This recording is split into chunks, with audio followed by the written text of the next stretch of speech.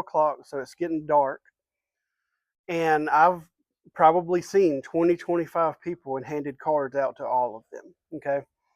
The day's over, I'm headed home.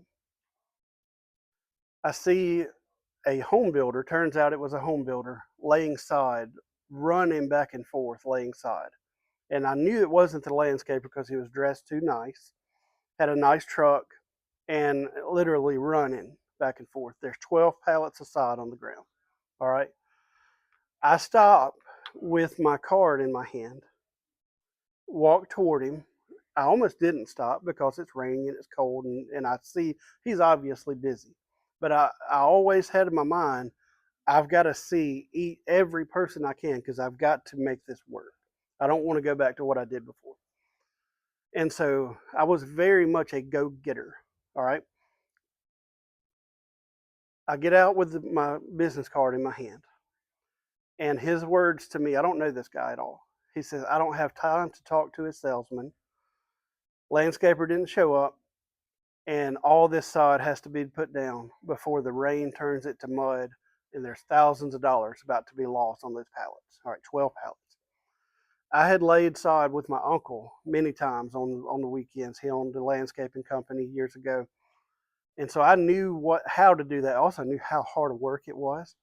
So I kind of reluctantly said, hey, let me help you. I put my card back in my wallet. I said, let me help you lay sod. And then at the end of our work together, if you don't mind, just grab a card. If anybody that you know ever can use my services or products, all I ask is for a connection. Okay. At this time, I had no idea how valuable that strategy could be. Okay. So he was like, hey, if you're crazy enough to do this, I had on brand new khaki pants. I had on a nice Carhartt shirt. I'm trying to look the part of the equipment sales guy, the home builder, fit in with these guys like the guy on Pursuit of Happiness. I'm trying to blend. All right. And I ruined my clothes that day. Didn't even take them home. I threw them away rather than putting them in the washing machine.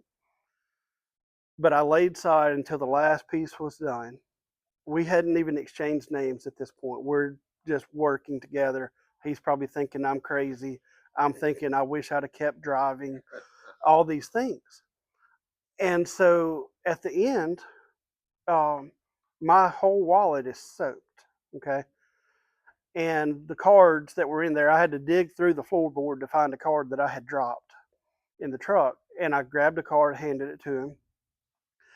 And for weeks, maybe months, I never heard from him. His name is John Buttrey. He's still a developer, lives in Leeds. All right. Weeks, months go by. I actually had kind of forgotten about doing this side job that day. I get a phone call from Jeff Alexander, JEA Excavating. And he said, hey, I need to buy a backhoe like right now. I got awarded a project. All of my equipment is promised out. I need to buy a backhoe right now. Nobody needs to buy a backhoe today. Very, very rarely that happens. It's just like buying a house. It's, they think about it months before they ever call you to tell you that they're ready. And then sometimes it's months of a process, Fran, before we actually, we're at a closing table. So he needed to buy a backhoe right away. I had exactly what he needed. We started working through the process, and I said, how did you even hear about me? Like, how do you know? How did you get my phone up? Because he called my cell phone. And he said, well, a builder that I work for told me that next time I need to buy a piece of equipment, that I need to call Joey Calvin because he cares more about people than he cares about sales. And his name is John. And I'm like, John is the guy that I met in Chelsea that I laid sod for.